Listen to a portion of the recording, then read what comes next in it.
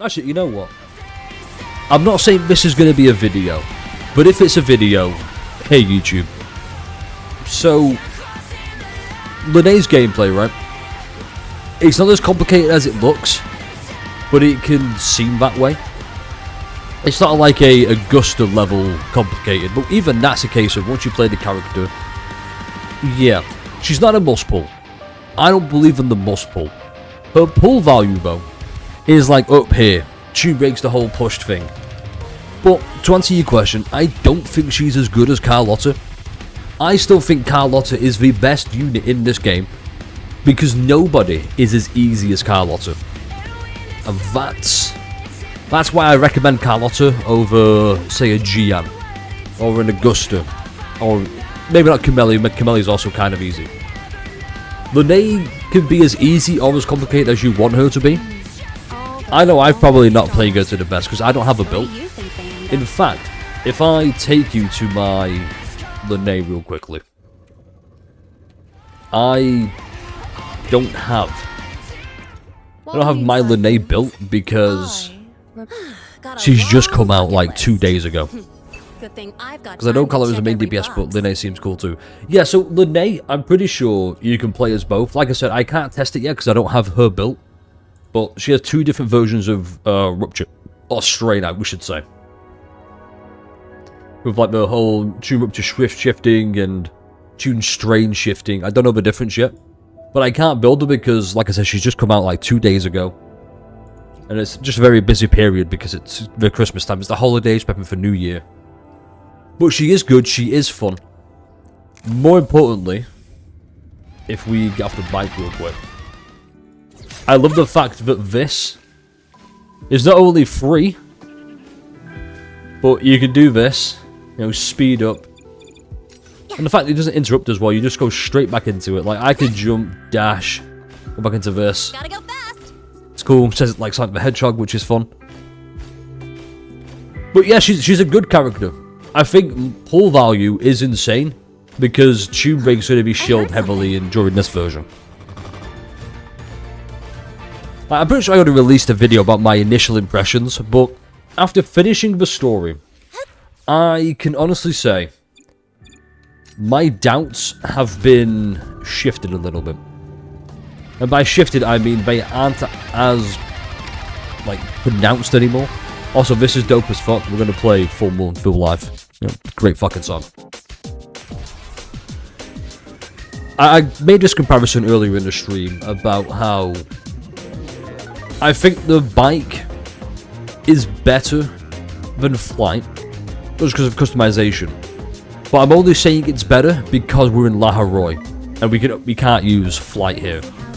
But I'm saying the motorbike is better because the region that we're in right now, not only is it beautiful, you can't really see it because it's, you know, nighttime, but it was made to be explored and driven through. Same like Renacita, it was meant to be explored as you fly over the horizon and whatnot and look into the distance. Also, yeah, Linnea's a cool character. I actually really enjoyed the story. It was a lot better than I thought it would be. I was worried they'd do, and I've seen the sentiment about as well, being like, there's like a story problem. I don't really see it. I get what people are saying though.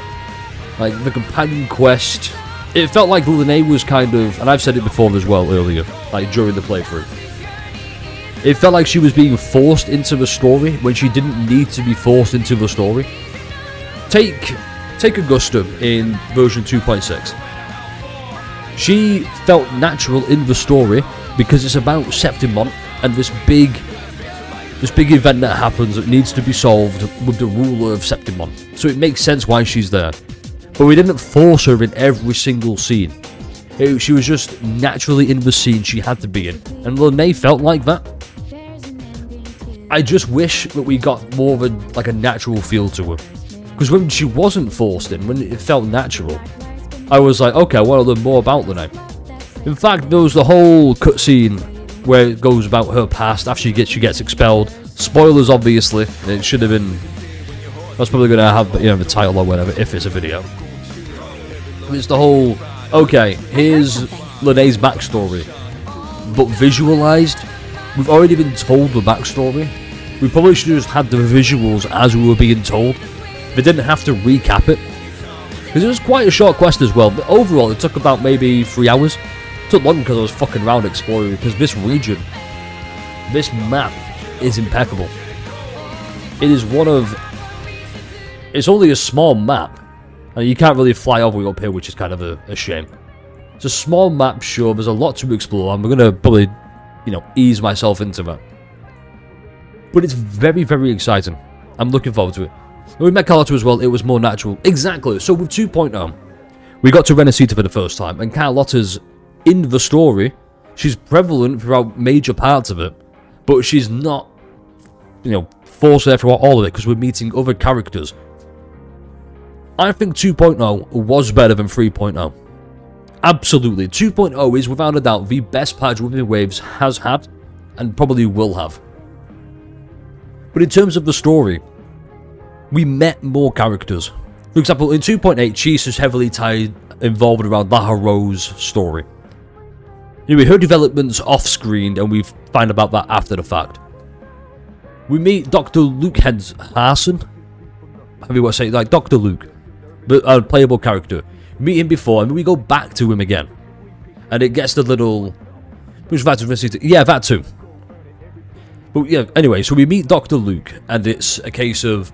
So we've gone back to meet this character who clearly knows who we are, because he said welcome back. It's teased a little bit. A little bit of homoerotic tension, for the yaoi fans out there. And Mornay features a bit prevalent as well.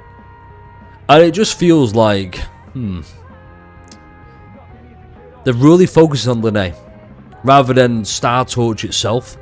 I would have liked to have seen it. I think Lene served the purpose at the beginning and at the end. In the middle, it just felt, here's some Lene for you. I'm like, okay, cool. I would have liked more time with Mornier, which is what Act 2 is for. I think a big problem that all games mostly suffer from, all gachas. We're getting 2 banner characters every single patch. So right now, if we... check here. Not there. F3. For the next 18 days, 12 hours, it's Lene. And then the next 20 after this 20, it's going to be Mornier. I think what they could have done is just space out 3.0. So we can really interact with all the characters. And we can set the world building. I haven't even talked about the world building yet. Long story short for world building, pretty fucking good. I've always said this, I will keep saying this. The first act, part 1, this is 3.0 act 1. The main, the first act's always this incredible world building experience where they set the stage, they have the stakes kind of falling in. Not actual stakes in case you're hungry. We're talking not like vampire stakes either. So they introduce all these characters, we meet them a little bit here and there. And then part 2 comes, and it's just... Now you're watching solo. But yeah, I'm going to use the same comparison. Act 2... Act 1 is free run. It's a nice slow build-up with cool moments that really get you invested. And you meet the characters, you get to know them over time. And then part 2 is... Okay, now here's solo leveling, here's the Rover.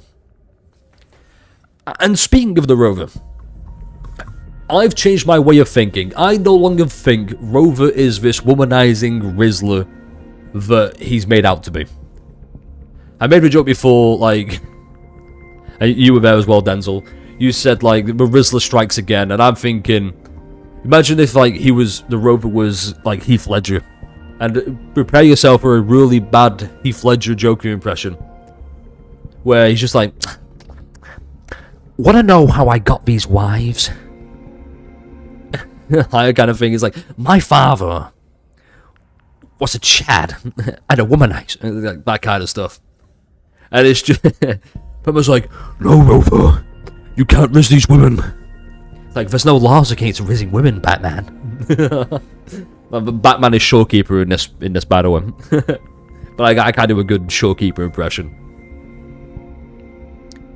What else? There's one more thing I want to talk about, and I believe Sparkle pointed out. Let me just go back. You said something about...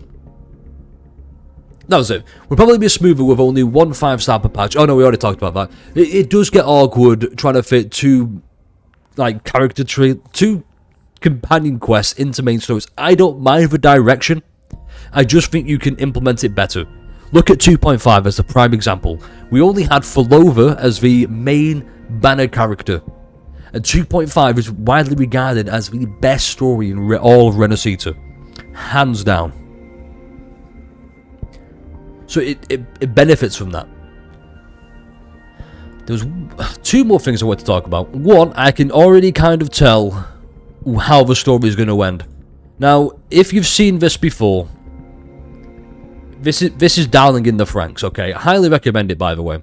Both manga and anime. Two different endings, that's why I recommend doing both. Anyway, no more spoilers about that. That's it. So, he even looks like the Rover, first of all. And this is the Cyrene character we meet at the start who boops us on the nose. We're going to have to pilot the Exo Strider in the same vein as this. We're going to have to ride a pink-haired waifu to pilot the Exo Strider to fight the Thronodian. That's how it's going to end.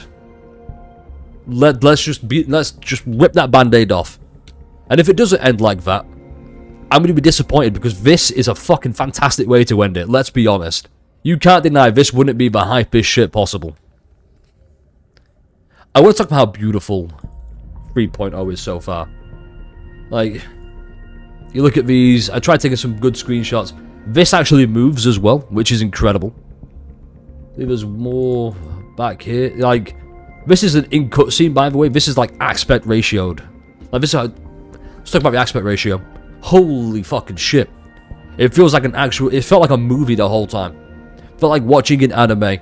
They've stepped up the production and the value of this season. Oh, not this season. Sorry. Like I said, season like it's an anime. It's like, wow, season 3 of Wuthering Waves?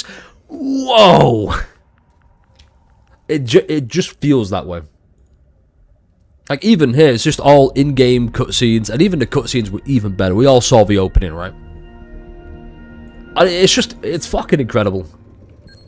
Believe it or not, I don't really like swearing that much. I feel like the more you keep saying, oh, this is fucking X or this is fucking Y, it loses impact. But it's the only the way I can express it in a way that makes me go, huh? I heard something. wow.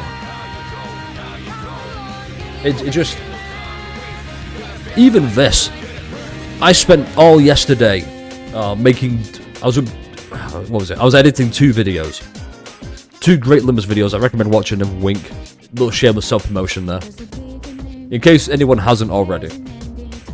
And I was just vibing to this. Like, just... This is nice. It's a beautiful patch. I thoroughly enjoyed it, story and all. If I had to give it some form of rating, because everyone's going to be like, well, what would you rate it? 7 out of 10?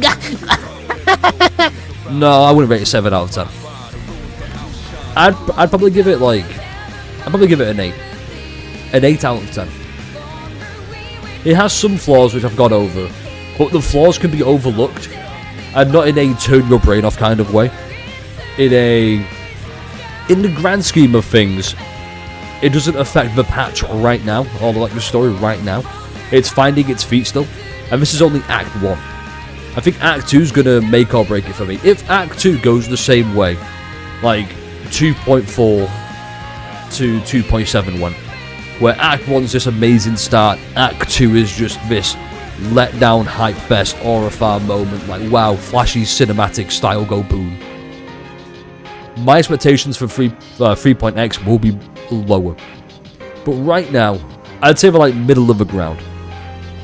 I like middle here. Like, I don't want to say it's mid because people mistake the phrase or the word mid for meaning bad. Mid is short for middle. Middle is, it's in the middle of good and bad. I don't know what else to say.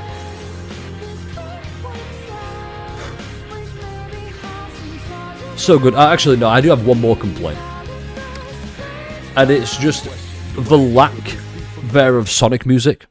Now, don't get me wrong, I love Sonic Frontiers. I think these two songs are great, especially Find Your Flame, probably the best one from Frontiers. But where's Live and Learn? Where's His World? In fact, as we saw earlier in the stream, I played His World, and it was fan-fucking-tastic. It fit so much. I was having the time of my life. The fact, it's both impressive and infuriating. They narrowed it down to 2 songs, and these are the 2 they picked. Where is my Live and Learn? Open Your Heart, Escape from the City, Night of the Wind, 7 Rings in Hand. Am I missing some other bangers? Probably Green Hill Zone. Skytop, what was it called? Skytop Run. I can't remember the one. You'll know what it is when you hear it. It's from Sonic Unleashed. So it's got some of the best music out there, and I wish we had. Like, obviously, this is all in game and whatnot. Look at all these. I've not even unlocked half of them yet. I would just love more. Like, we got Life Will Change. Where's Takeover? You know, I Believe, Rivers of the Desert. I'm not too fussed. We've got the main one here, Full Moon, Full Life. Perfect. This is a bit of a tune as well. Holy shit. I think I have kind of yapped long enough. And just in case this is a video, I have to say it. Don't forget to like, comment, subscribe, and let me know how you've enjoyed Wuthering Waves 3.0. I've had a ton of fun.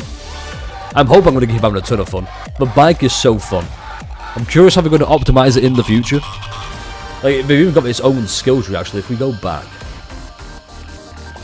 yeah, there's a whole ass skill tree for the bike. And then you can buy new livery. Wait, what? Oh, that's cool. Oh, that's very cool. But can I make a preset? No, I already have, and it ruined it. Where's the black? There we go. Yeah, it has like a whole ass skill tree. I'm very excited for what we do in the future. I really am. And hopefully you are as well. Like I said, let me know how you think, or what you think. Are you a big fan of this? And yeah, just hopefully you keep enjoying Wuthering Waves, because what a good fucking game. I don't mind if I can't pilot mech at some point. Oh yeah, I completely misread that. Yeah, I hope we do get the mech. I really hope they do the Dowling and the Franks. That would be fun. That would be really fun. Oh yeah, that was one last thing. We are going to stop yapping about this. There was I said a bit about Rover, you know, the accidental risk kind of thing. I truly believe that every single person in Solaris 3 is starved of love and affection, where the Rover simply going, wow, this must have been important to you, made Lene's fucking, the whole senpai moment where the eyes lit up, the starry eyes came out. Learn to love yourself. Don't see this person you've just met today say, wow, you must have important memories here. Like, yeah, of course you do. You've been talking about it non-stop. Rover's just a victim of being a nice dude. Justice for Rover.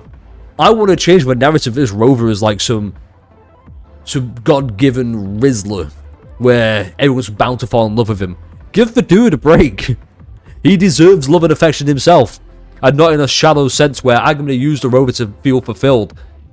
Just love the Rover. He's a good character, a good MC. I like the guy now. He's pretty cool. I'll play tomorrow. If it looks good, I give it an 8 out of 10. Absolutely. Like, me just playing this. Me going, oh wow, double jump. Oh, boost. Can't do a wheelie yet, which is unfortunate, except unless you're in the air. That needs to change. We need to be able to do wheelies. Like, imagine how cool that would be. You have to play it to experience it. And that's the best way I can put it. Experiencing it is just far, far better. Anyway, let me get this, and we're good. We're gonna end it there. It's so long.